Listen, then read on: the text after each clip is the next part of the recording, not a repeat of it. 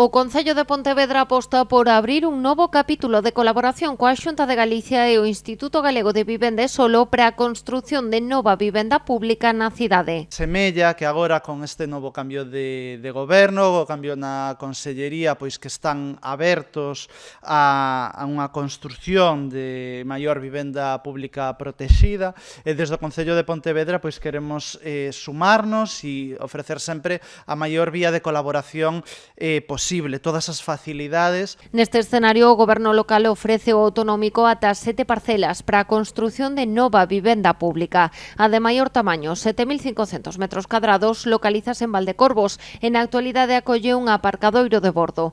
Na zona da antiga Tafisa sitúase outro terreo con 5.800 metros cadrados de edificabilidade.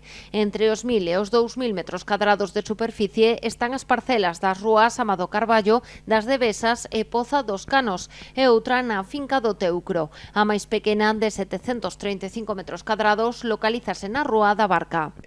Si como semella temos un incremento dos prezos, temos unha dificultade pois de algunhas persoas para atopar vivenda, que mellor que poñer encima da mesa, poñer no mercado ao redor de 160-170 vivendas novas, porque estamos a falar que non vos lo dixen, de 17.000 metros cadrados de edificabilidade, 16.000 metros cadrados de edificabilidade. Ademais, dende o Concello tenden a man a Xunta para pechar a recepción de varias parcelas do barrio de Monteporreiro, que inicialmente se ian destinar á construción de vivenda, un uso que xa foi desbotado. Toda a disponibilidade para recibir unha serie de parcelas que estaban pendentes xa de recepción por parte deste convenio malogrado do ano 2008, son 7 parcelas en Monteporreiro que inicialmente ian ser adicadas á construción de vivenda, máis que xa se rexeitou por parte da Xunta a construción de vivenda por declarar a zona de Monteporreiro, a zona do Mirador,